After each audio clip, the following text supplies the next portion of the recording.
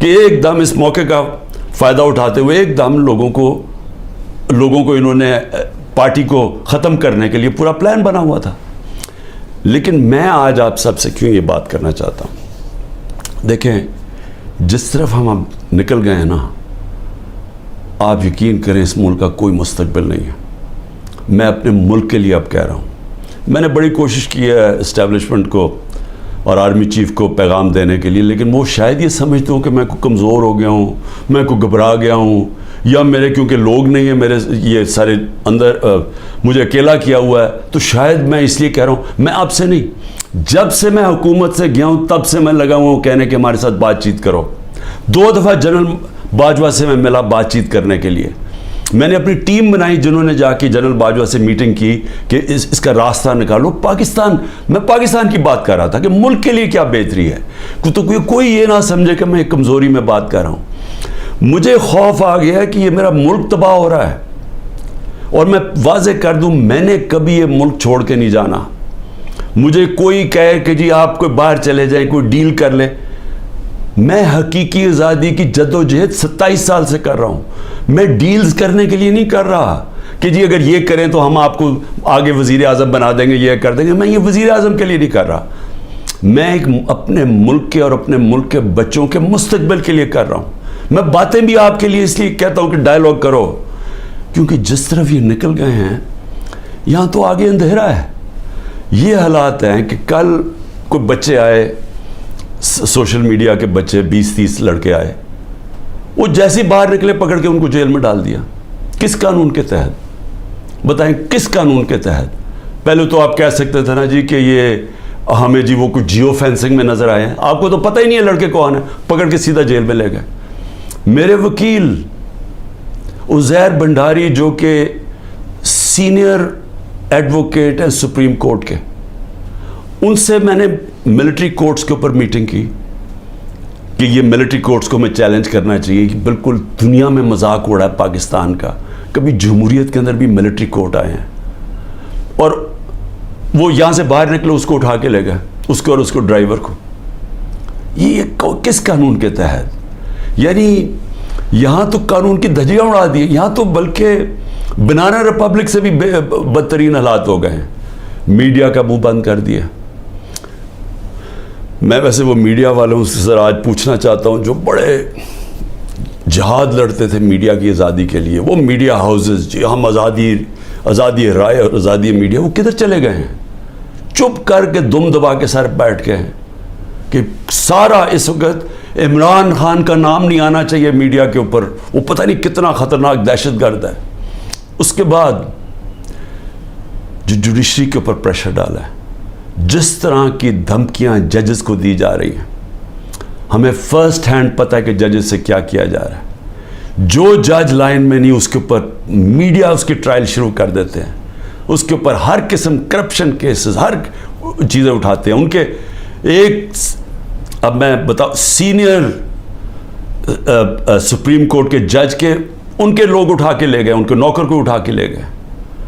تو ان کے اوپر بھی پریشر ڈالا ہوا ہے کسی طرح ان کا منہ بند ہو جائے. ہر قسم کا پریشر ڈالا ہے کہ وہ بھی لائن میں آ جائیں کہ یہ اس ملک کے اندر مکمل طور پہ آمریت قائم ہو جائے, کسی کی جرت نہ ہو. خوف کی فضا اتنی ہے, سب ڈرے ہوئے لوگ کہ جی اب پتہ نہیں کس کا گھر رات کو توڑا جائے گا, گھس جائیں گے اندر پولیس. اچھا پولیس بھی عام سادہ کپڑوں میں آتے ہیں, شلوار قمیض میں آتے ہیں, بندوقیں پکڑ کے اندر گھس جاتے ہیں, چیزیں توڑ کے چلے جاتے ہیں, لوٹ کے چلے جاتے ہیں. پولیس لوٹ رہی ہے. پولیس کو سوچے کیا حال کر رہے ہیں کہ آپ یہ پولیس سے جو یہ کام کروا رہے ہیں, کیا پولیس اپنے یہ کام نہیں کرے گی؟ اور کیا اس سے یہ واضح ہوتا ہے کہ کیا عام غریب آدمی اس کے گھروں میں تو یہ عام ہوتا ہوگا. میں اپنی پارٹی کو یہ بار بار کہتا ہوں کہ آپ دیکھو جو ہمارے پہ گزر رہی ہے, اس ملک کے کمزور پہ ہر روز ایسے ہوتے ہیں جب بھی اس کا طاقتور سے ٹاکرا ہوتا ہے. سوچیں انٹیریئر سندھ میں کیا ہو رہا ہے, جو یہ زرداری کرتا ہے لوگوں سے, تو یہی تو کرتا ہے وہ ان سے, لوگوں کو غلام بنانے کے لیے. یہی تو دہشت گردی ہے. FIR کٹوا دی, مارے پڑوا دی, اغوا کر دیا, مروا دیا. تو یہ تو وہ بھی کرتا ہے. یہاں بھی ایک وہی فضا بنائی ہوئی ہے کہ جی کسی ٹائم کے کسی گھر پہ آ جائیں گے. عورتوں کی لاپرواہ ہے, چادر اور چار دیواری کی بے حرمتی کی جا رہی ہے. یہ شرم کی بات ہے کہ ہمارے وہ سینئر جرنلسٹ جن کی کریڈیبلٹی ہے, دنیا عزت کرتی ہے, قوم ان کو مانتی ہے, وہ ملک سے 4-5 ملک سے باہر بھاگ گئے, ان کو باہر بھگوا دیے.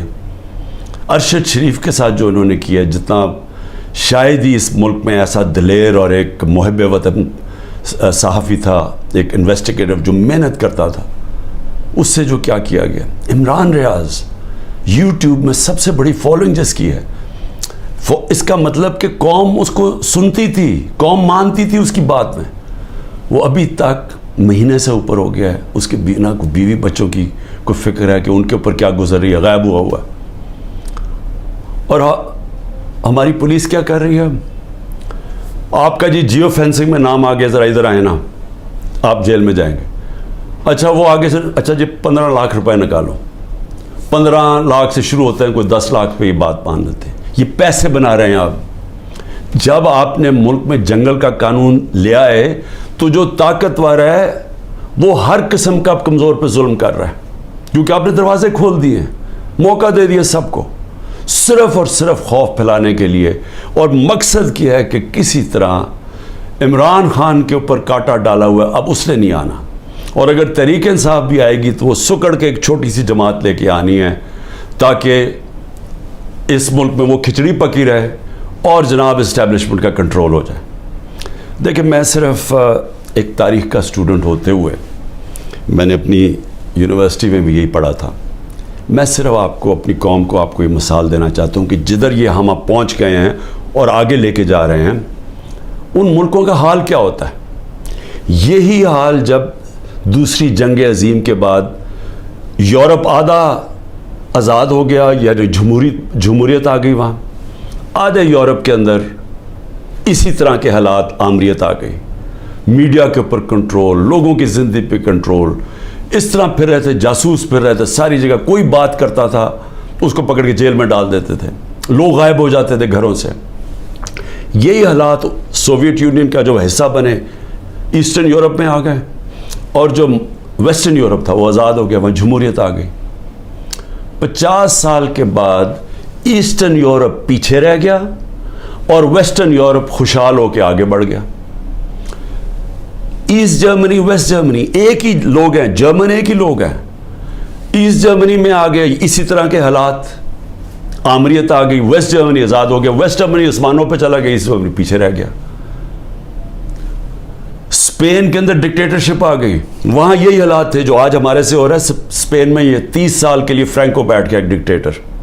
سارا ویسٹرن یورپ آگے نکل گیا, اسپین پیچھے رہ گیا. سب سے کم خوشحالی اسپین میں تھی. ساؤتھ کوریا, نارتھ کوریا ایک ہی لوگ ہیں, کورینز. نارتھ کوریا کے اندر ڈکٹیٹرشپ آ گئی, ساؤتھ کوریا کے اندر جمہوریت آ گئی. آج ساؤتھ کوریا آسمانوں پہ ہے, نارتھ کوریا میں لوگ بھوکے مر رہے ہیں. ابھی BBC کی ڈاکیومنٹری آئی ہے کہ لوگ بھوکے مر رہے ہیں نارتھ کوریا میں. ایک ہمیں پتہ ہے, ہمیں جب ایک چیز کی سمجھ ہے کہ آزاد انسان ہی اوپر جاتے ہیں, ان کی پرواز اوپر ہوتی ہے. جب قرآن کے اندر فرعون کو, اس کے تکبر کو, اس کے خلاف اللہ جب اس کے اوپر جب تبصرے ہوتے ہیں قرآن میں, تو کیا ہوتا ہے کہ فرعون انسانوں کو غلام بنا رہا تھا, اور لا الہ الا اللہ انسان کو انسان کی غلامی سے آزاد کرتا ہے. تو جو انسانوں کو غلام بناتا ہے, اللہ نے اس کو جو فرعون کی مثال بتائی ہوئی ہے.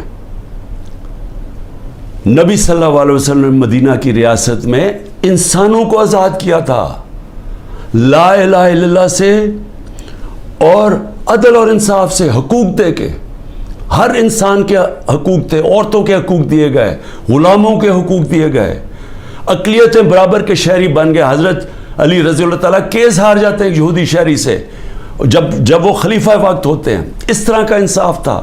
انصاف نے انسانوں کو آزاد کیا, اور وہ آزاد انسانوں نے دنیا کی امامت کی. تو یہاں تو الٹا جا رہا ہے, یہاں تو انسانوں کو غلام بنایا جا رہا ہے کہ گھروں میں تم اگر یہ بات نہیں مانو گے تمہیں ماریں گے, تمہیں یہ کریں گے, تمہیں اٹھا لیں گے, تم نہیں ہو تو تمہارے رشتہ داروں کو اٹھا دیں گے. اگر وہ باہر پاکستانی بیٹھے یا رشتہ داروں کو پکڑ لیتے ہیں, کس قانون کے تحت؟ تو جس طرف ہم جا رہے ہیں, ہمارا کوئی مستقبل نہیں ہے میرے پاکستانیوں. میں کل جا رہا ہوں, ہر وقت میں جیل کے لیے تیار ہوں. میں اس وقت ہر قربانی کے لیے تیار ہوں. نہ میں نے کوئی ڈیل کرنی ہے. جس طرح میں نے کہا, میرا کبھی کسی صورت میں اس ملک سے باہر نہیں جاؤں گا, کیونکہ میرے پاس کون سے باہر پیسے پڑے ہوئے ہیں. تو میرا تو ملک یہ ہے, میں تو سب کچھ بیچ کے اس ملک میں آیا ہوں. میں تو کشتیاں, میں نے ہمیشہ فیصلہ کیا تھا کہ یہ میرا گھر ہے, ادھر میرا جینا مرنا ہے. کسی صورت نہ جانا ہے, نہ میں نے کوئی ڈیل کرنی ہے کہ جی -1 کر لو. میں اس لیے تو نہیں پالیٹکس میں آیا تھا, میں تو حقیقی آزادی کے لیے آیا تھا. میں تو یہ اگر ڈیلز کرنی ہوتی بہت پہلے ڈیلز کر لیتا. میری جد و جہد رہے گی جب تک میرا ملک حقیقی طور پہ آزاد نہیں ہوتا, اور اس کے لیے جیل کے لیے بھی تیار ہوں. کل میں جا رہا ہوں, کوئی 19 میری بیلز ہیں. ایک کسی نے جج نے پریشر میں آ کے کینسل کیا, حالانکہ کیس بوگس کیسز ہیں سارے, لیکن ایک نے فیصلہ کرنے کے جی بیل کینسل کر دیا ہے, جیل میں چلا جاؤں گا. اس کے لیے بھی تیار ہوں, تیاری کر کے جاؤں گا. وہ نہیں جاؤں گا تو کوئٹہ میں کیس کر دیا. سوچیں, سارے لوگوں کو پتہ ہے کہ وہ خاندانی دشمنی تھی. ابھی قتل ہوتا ہے تو 4 گھنٹے کے بعد جناب لا منسٹر کہتے ہیں عمران خان نے قتل کر دیا. یہ اسی طرح ہے جب وہ میرے اوپر جب وہ گولی چلائی تھی اس نے, شوٹر نے, نوید نے, تو ابھی چند منٹوں کے بعد ڈی پی او کے فون سے وہ ساروں کو میسج چلی جاتی ہے, جی میں دینی, یعنی کہ وہ دینی انتہا پسند ہے, عمران خان نے دین کی توہین کی یا کیا, وہ پہلے سے پتا تھا. یہ بالکل وہی ہے. 4 گھنٹے, اس کے 40 گھنٹے کے بعد ایف آئی آر کٹتی ہے. ایف آئی آر 40 گھنٹے کے بعد کٹتی ہے. 4 گھنٹے کے بعد جناب لا منسٹر کہتے ہیں عمران خان نے مار دیا اس کا. جس طرح عمران خان کو بڑا کوئی خطرہ تھا اس کیس سے, یا اس نے کوئی پہلے بڑے قتل کیے, 150 تو کیسز اور تھے. تو یہ پہلے سے پلان کیا ہوا, کسی نہ کسی کیس میں مجھے پتا ہے کہ انہوں نے, میں جیل میں چلا جاؤں گا, لڑوں گا یہی کیس لے کے, کوئی ملک نہیں چھوڑوں گا, کیس سارے لڑوں گا. لیکن میں اپنی قوم کو ایک پیغام دینا چاہتا ہوں. دیکھیں, یہ آپ کا بہت بڑا امتحان ہے. اللہ نے آپ کو بڑے امتحان میں ڈالا ہوا ہے. قرآن میں وہ کہتا ہے میں بار بار تمہارے ایمان کو مشکلوں سے آزماؤں گا. یہ ٹائم ہے آپ کا, اب ایمان آزمایا جا رہا ہے. زندگی موت اللہ کے ہاتھ میں ہے. میری طاقت کدھر سے آتی ہے؟ مجھے پورا ایمان ہے کہ جب اللہ نے فیصلہ کیا میں نے جانا ہے, کوئی مجھے روک نہیں سکتا. اور اس نے جو مجھے 2 دفعہ بچایا ہے, انہوں نے جو قتل کرنے کی کوشش کی, کیونکہ اس نے بچایا ہے, اس کا فیصلہ تھا, میں نے ابھی نہیں جانا. میرا ایمان ہے, عزت ذلت اس کے ہاتھ میں. جو مرضی پروپیگنڈا کریں, ٹی وی میں گند اٹھا لیں, نہیں ذلیل کر سکتے, کیونکہ اللہ نے اپنے ہاتھ میں رکھا ہوا. اور رزق اللہ کے ہاتھ میں. جو لوگوں کے گھر توڑے جا رہے ہیں, فیکٹریاں بند کر رہے ہیں, بزنسز بند کر رہے ہیں, اور سوچیں بزنسز بند کر رہے ہیں, کون پاکستان میں پیسے انویسٹ کرے گا؟ مجھے بتائے نا.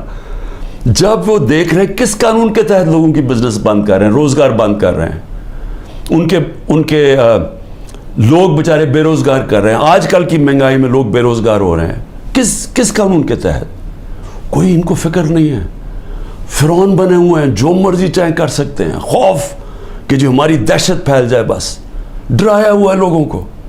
تو پاکستانیوں سن لو میری بات, آپ ہیں محمد مصطفیٰ صلی اللہ علیہ وسلم کے امت, دنیا کے سب سے عظیم لیڈر.